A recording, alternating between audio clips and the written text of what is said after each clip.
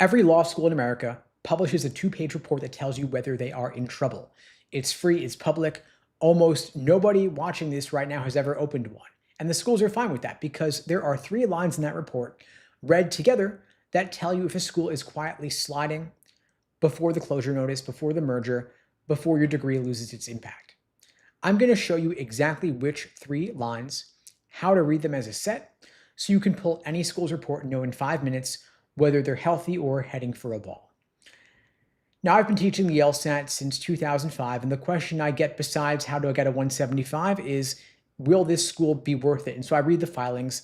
The report is called the 509. Every ABA accredited law school has to publish one every single year.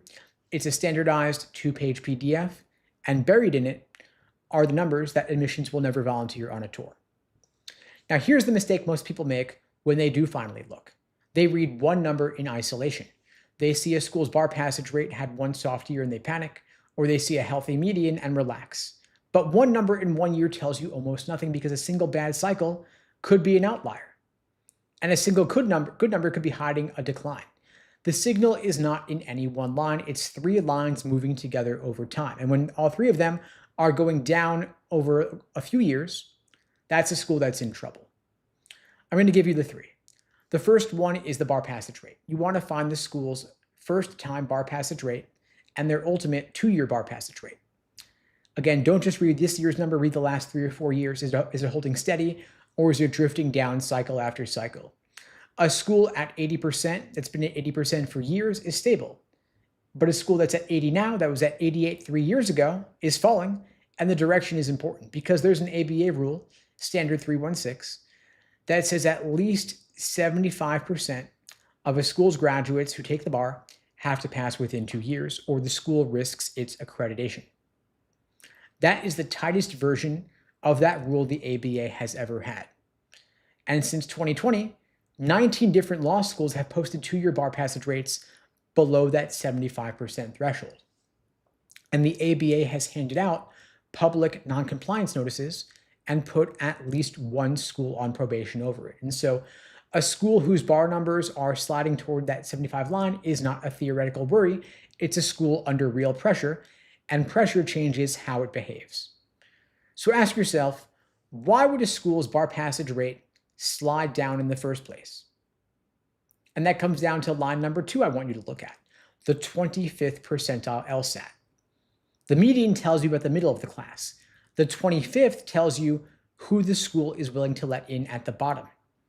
And that bottom number predicts bar trouble because the students at the bottom of the LSAT range are the ones most likely to fail the bar.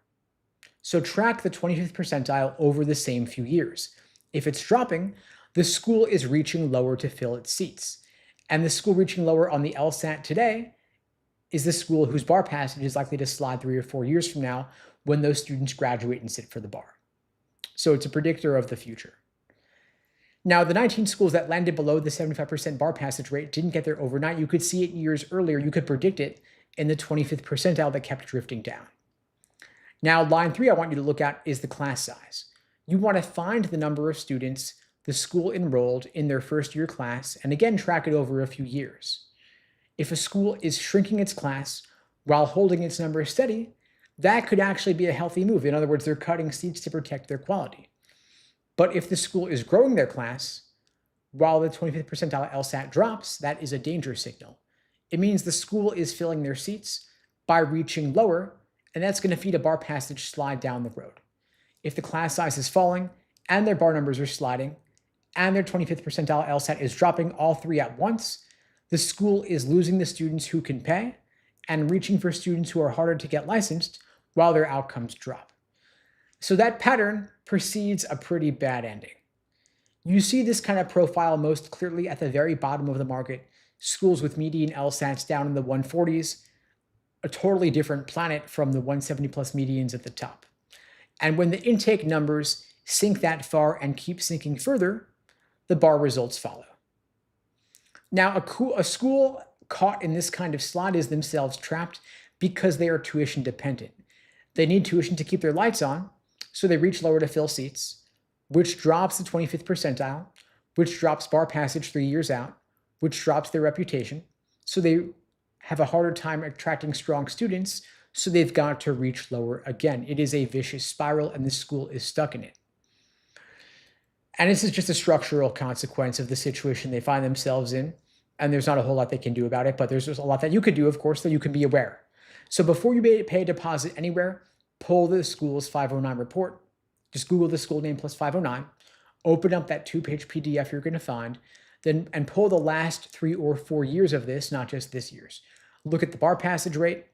Look at the 25th percentile LSAT. Look at the class size.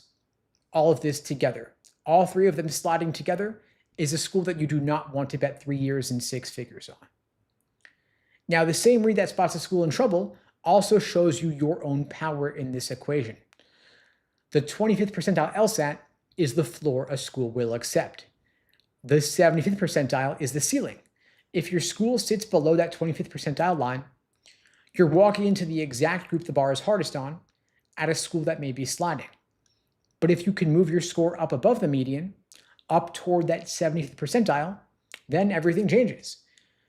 You stop being the student a shaky school is reaching for, and you become the student a healthy school pays to enroll. You get access to the schools where none of these 3 things are sliding at all because your GPA is locked and the school spiral isn't yours to fix, but your score is the one number in this whole report that is still in your hands. If you want my help getting your LSAT score up, getting into better law schools, getting more scholarship money, I'm happy to help you out. I'm offering a free LSAT tutoring lesson for everybody watching this now or later. You can book that free tutoring lesson with me personally at unpluggedprep.com/start. The link is below the video on YouTube, pinned in the chat on YouTube, in my bio on TikTok and IG.